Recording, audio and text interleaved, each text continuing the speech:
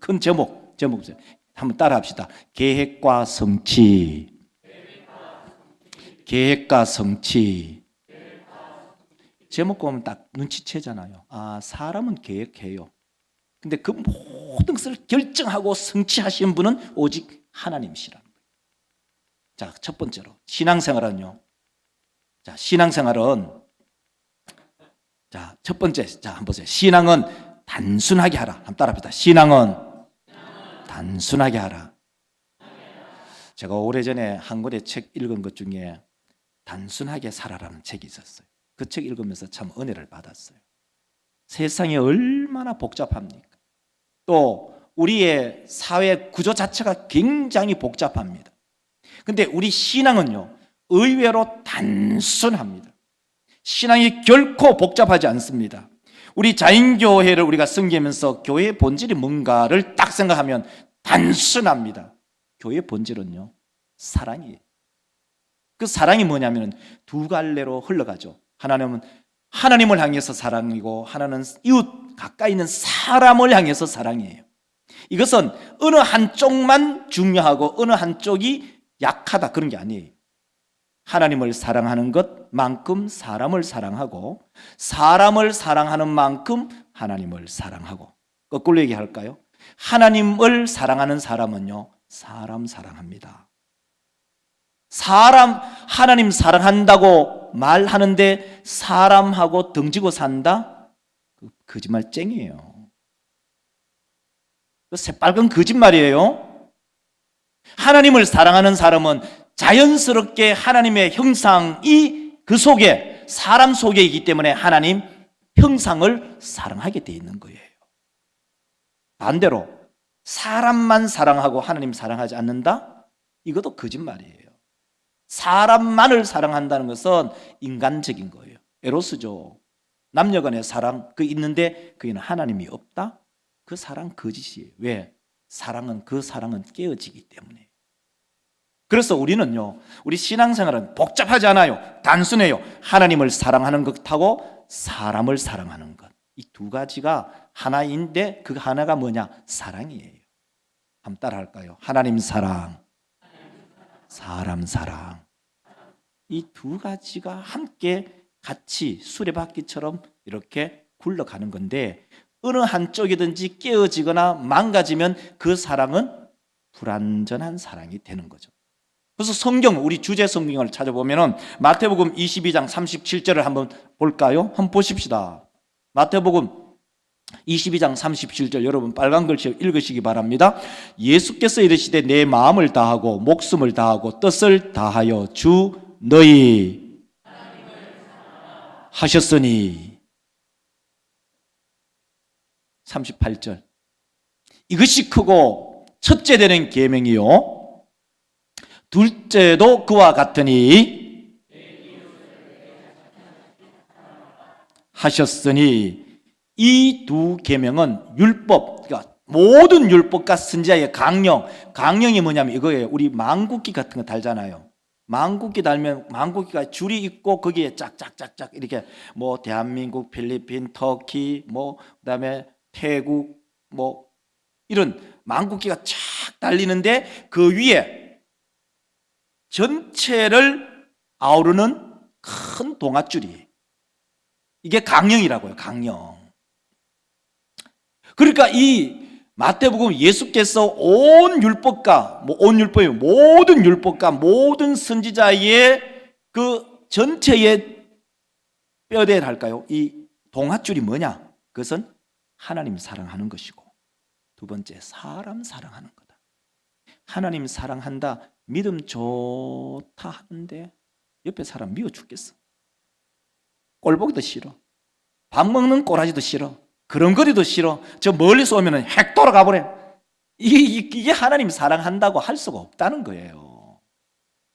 하나님 사랑하면 하나님의 형상이 깃든 사람을 사랑하는 것이 성경의 원리. 깨달으시면 아멘. 이게 깨달아져야 돼요. 하나님 사랑하면 사람 사랑합니다. 이거는 목사이기 때문에 그런 것도 아니고 장로이기 때문에 그런 것도 아니고 권사이기 때문에 그런 것도 아니고 성경의 원리. 하나님 사랑하면 이웃 사랑합니다.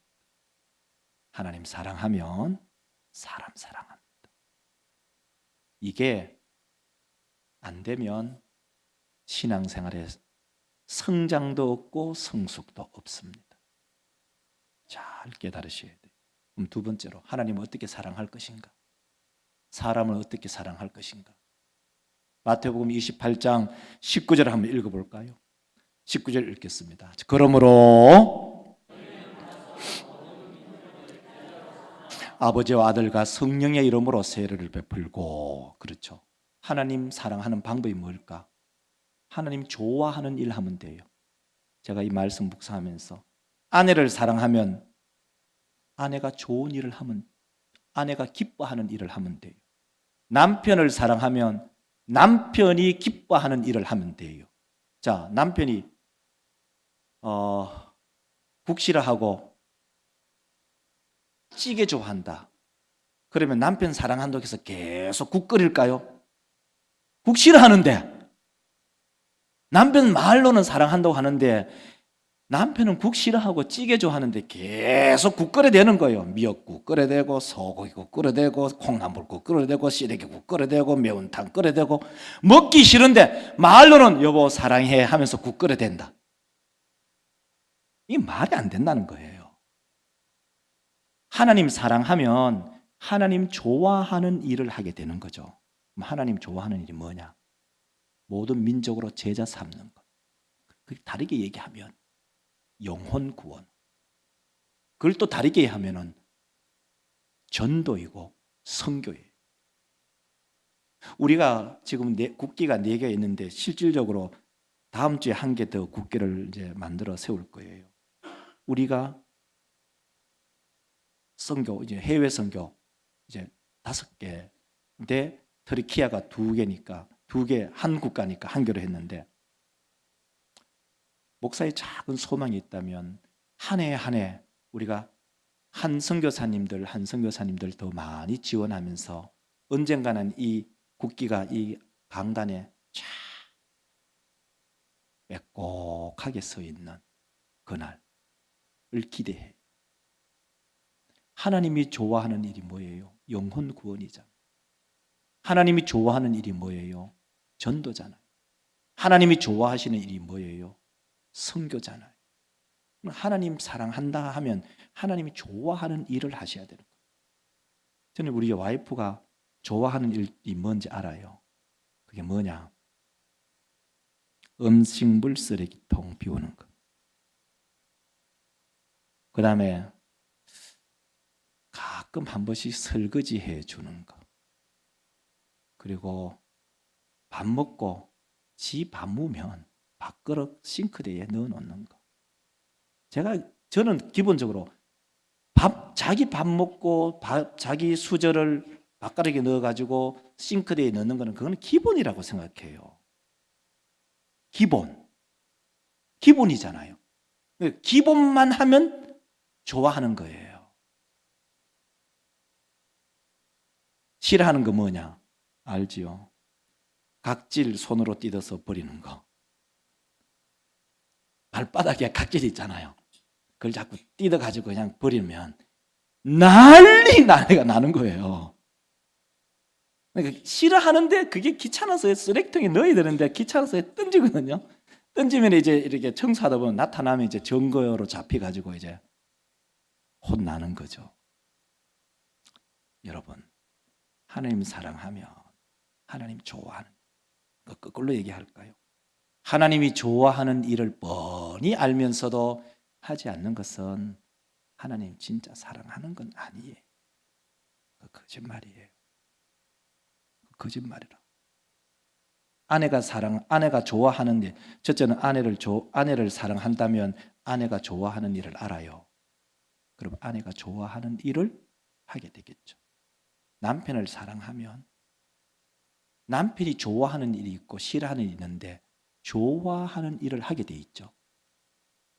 구태여 싫어하는 일을 해가지고 남편 열받게 할 필요가 뭐가 있겠어요?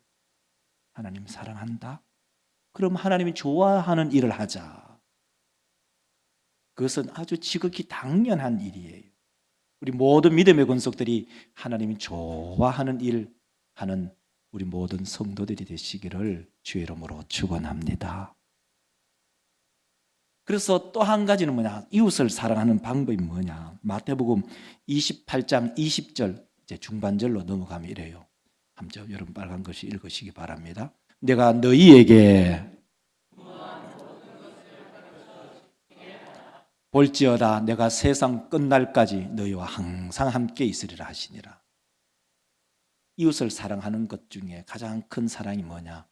하나님의 말씀을, 다시 말해 분부한 모든 말씀을 가르쳐 지키게 하는 것, 양육하는 것, 성경 공부하는 것, 성경 읽게 하는 것, 하나님께 기도하게 하는 것, 하나님께 찬송하게 하는 것, 하나님의 말씀을 잘 경청하게 하는 것. 이 모든 것이 바로 교육과 양육이라고요. 그래서 우리 선생님들을 굉장히 사실 우대해드리고 싶어요. 우리의 마음을 다해서. 왜? 하나님이 좋아하는 일 중에 그 아이들을 길러내는 그 일에 우리 선생님들이 아침 일찍 나오잖아요. 젊은 청년들이 얼마나 아침에 퍼질러 자고 싶을까요? 그런데도 그 퍼질러 자고 싶은 그 마음을 떨치고 하나님이 좋아하는 그 이웃 사랑, 아기들 사랑, 그 교육에 온 마음을 다해.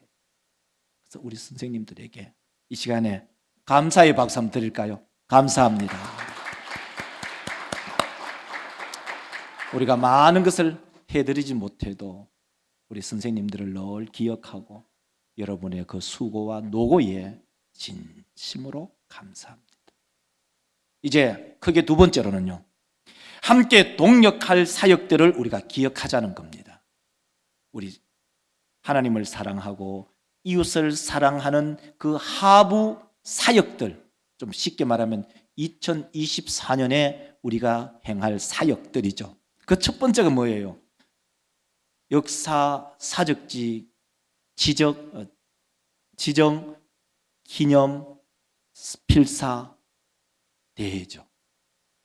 목장별로 이미 다 분배가 되었고 목장 안에서도 모든 성도님들이 분량을 받으셨고, 그래서 그것이 다 모아지면은 우리 성도들이 필사한 것을 책으로 만들어 가지고 기존의 성경책 있잖아요. 이 성경책 대체하면 되잖아요.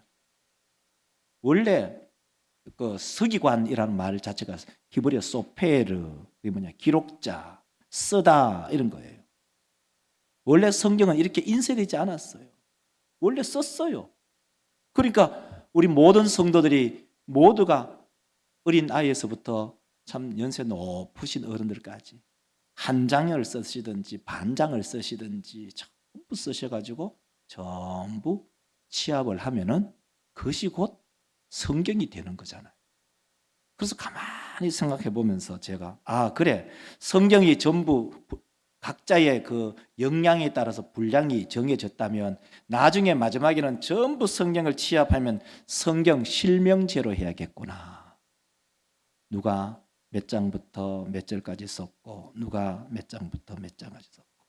다시 말해서 이런 말이죠. 우리 주보에 보면은 여기 보면은 동부 일목장에는 창세기 1장 1절부터 출애굽기 25장 40절까지 쓰는 범위가 정해졌으면 동부 일목장의 성도들 중에 누가 1장 1절부터 10장까지는 누가 썼더라 하면은 딱 표로 만들면 돼요. 이거는 딱 구약의 목차부터 딱 하면 창세기 1장부터 1장 1절부터 출애굽기 20 몇 장까지는 동부 일목장에 썼고 1장부터 10장까지는 누가 썼고, 그럼 누가 썼냐? 실명제 나오잖아요. 그러면 나중에 성경책 다 취합해서 앞장에 딱 붙여놓으면 그게 역사가 되잖아요. 지금 우리 뭡니까? 우리 역사 사적지 지적하면서 역사 자료 찾으니까 역사 자료 다 필요 없다고 옛날에 어른들이 다 버려버렸는지 희박해요. 여러분의 이름이 성경과 함께 오래오래 역사에 남겨질 겁니다. 우리 모든 아기들이나 또 어른들이나 모두가 함께 이 성경 필사대회에 다 참석하는, 참여하는 그러한 믿음의 권속들이 되시기를 주의 이름으로 축원합니다. 그래서 우리가 함께 마음을 모으는 것, 이것이 성경 필사대회죠. 그 다음에 3월달하고 12월달에는요, 1년에 이제 앞쪽하고 끝자락에 보면은 이제 저는 일주일 정도는 강단 기도를 합니다.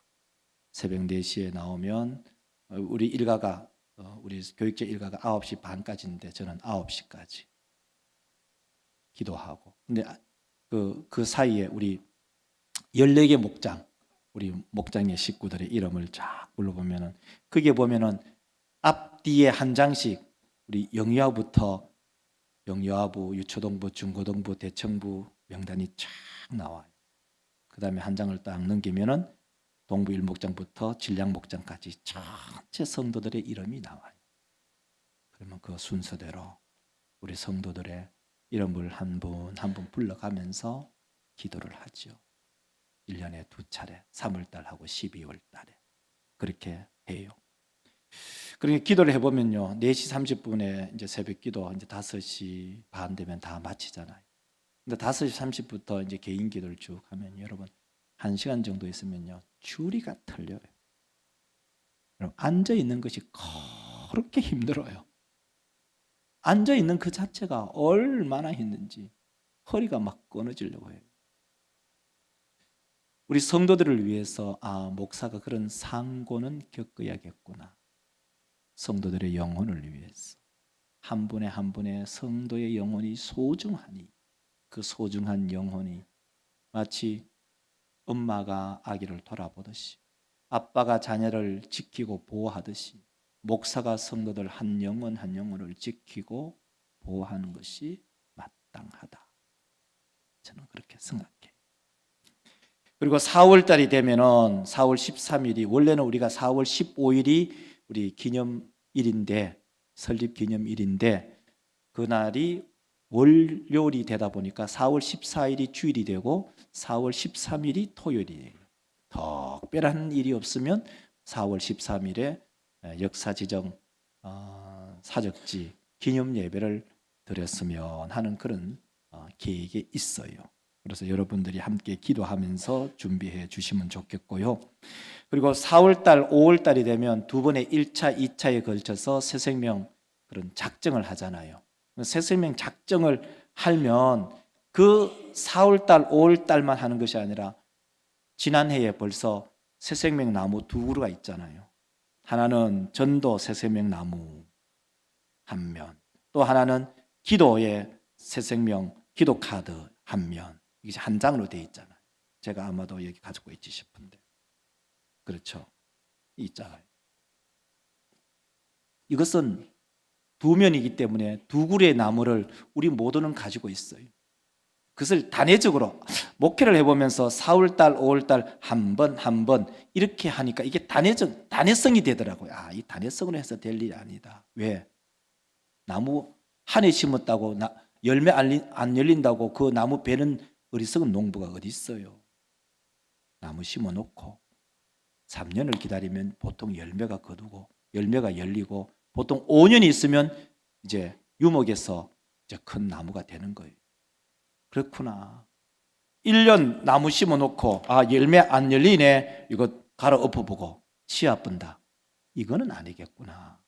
그래서 우리 믿음의 권속들, 여러분이 1년을 하시든 5년을 하시든 10년을 하시든 20년을 하시든 80세 어르신이 50년을 하시든 그 정도는 사셔야 되잖아요.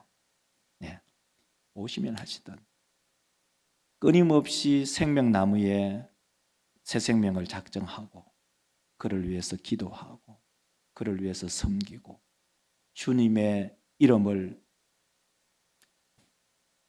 그분이 부를 때까지 그 나무를 베지 않고 오랫동안 가꿈으로 통해서 거기에 생명의 열매가 맺히는 그런 당연한 일들을 여러분이 경험하시기를 주의 이름으로 축원합니다. 또 한 그루의 생명나무가 있잖아요. 그 또 한 그루의 생명나무는 나의 기도 제목이잖아요. 하나님, 내가 사업을 하다가 어려움을 당할 수 있잖아요. 파산을 당할 수도 있잖아요. 그러면 그 파산 순위 1번 기도 제목이 하나님 회생하게 하시고 하나님이 이삭에게 한 해의 농사를 짓게 해서 복을 주셔서 거부가 된 것처럼 하나님의 은혜로 거부가 되게 하옵소서. 1번의 기도 제목. 우리 가운데 질병이 있잖아요. 그 질병이 2번으로 될 수도 있고 자녀를 위해서 기도할 수도 있고 기도 없는 그리스도인들이 이 세상에 어디 있겠어요. 만약에 내가 그리스도인이라고 하면서 기도의 제목이 없다면 그 사람 그리스도인이 아니에요. 종교인이에요. 종교인. 그러므로 우리는 앞장에 뒷장에 써서 그 기도 제목을 적고 시작한 날짜를 적고 그리고 응답한 날짜가 오면은 그게 응답한 날짜를 적으면 여러분의 신앙의 보석이 되는 거죠. 그래서 여러분에게 이번 연말 송구 영신 예배 때에 기도 제목 내어라 그런 말씀 안 드렸어요. 여러분 가지고 계십시오. 기도를 하든 안 하든 그건 여러분의 자유예요. 목사가 여러분에게 하라고 한다고 해서 하기 싫은 사람이 그걸 하겠어요? 하지 말아라. 여러분 기도하지 마세요 라고 한들 기도하고 싶은 사람의 그 기도를 막을 수가 있나요?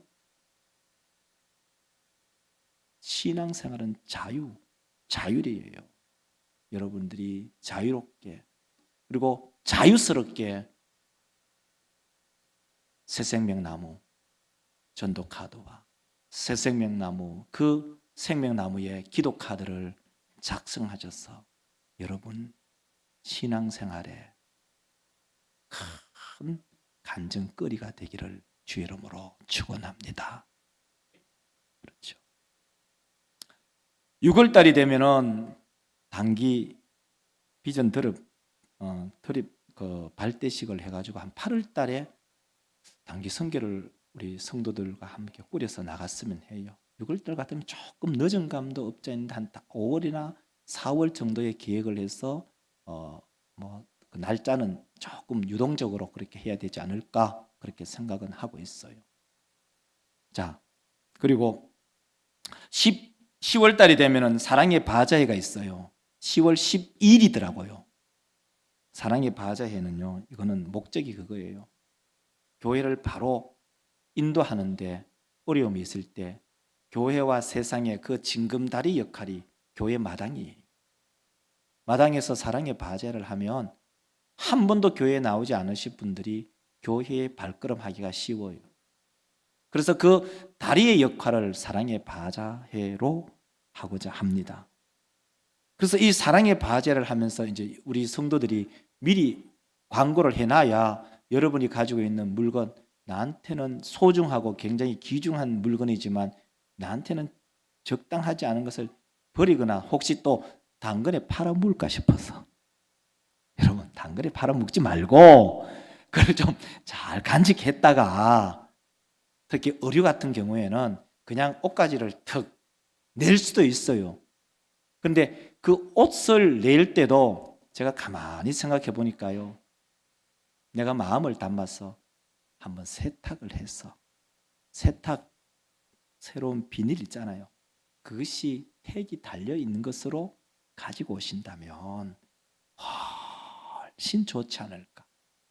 물론 입던 옷 나한테 안 맞다.